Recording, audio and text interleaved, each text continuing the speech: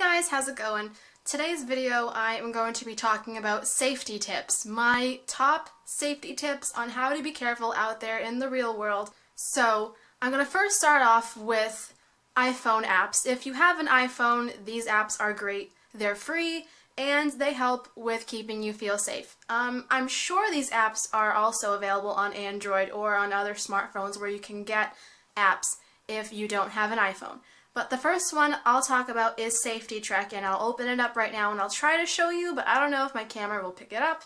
But this is essentially what it looks like right here.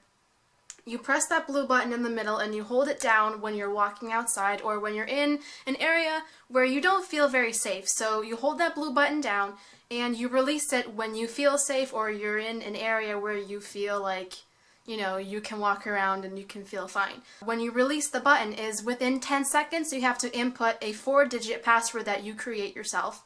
And if you don't input it in time, the local police will be notified of your whereabouts and they will come to your rescue if you're in that situation where you release the button, something happens to you, and within 10 seconds you can be assured that someone will be notified. I have tested this app out many times and it does work, so you can be rest assured that there is a real person on this app that can help you, that can talk you through whatever. It's all good.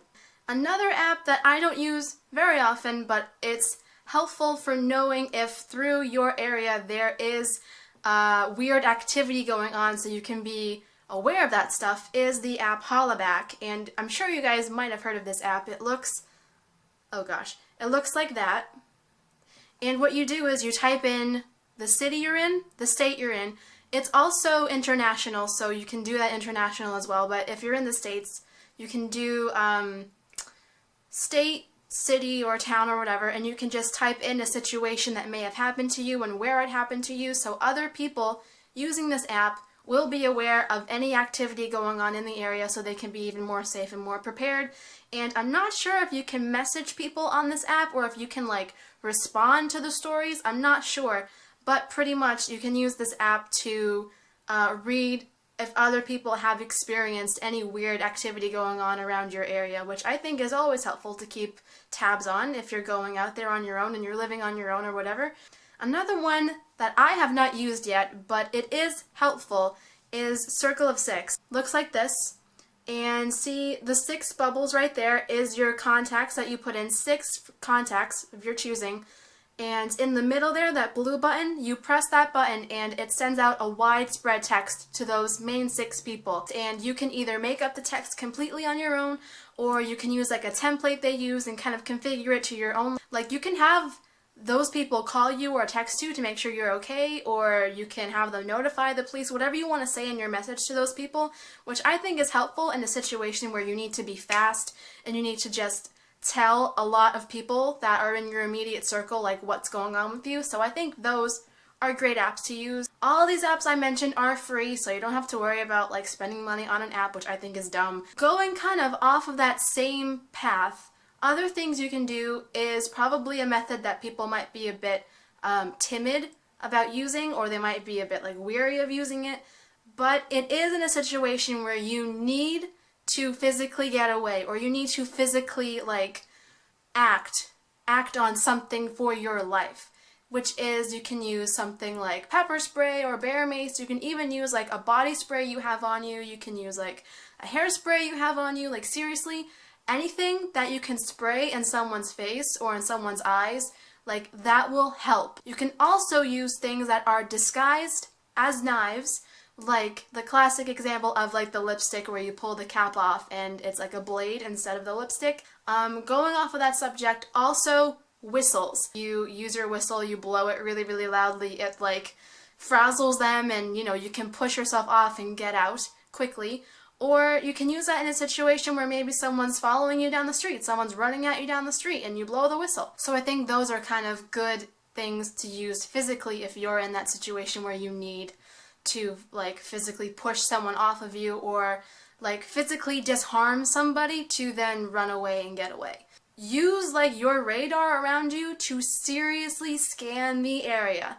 And if you even feel the slightest bit of a bad vibe from somebody, take that instinct seriously. But if you're in the situation, for example, where someone is physically following you or they're stalking you, and you're in an area like a mall or an outdoor mall, or you're just out there in the world and there's like a bunch of shops around you, like a street or something like that, and someone's walking down the street, go on the other sidewalk. And then if they follow you, go back to the other sidewalk and maybe walk back the other way.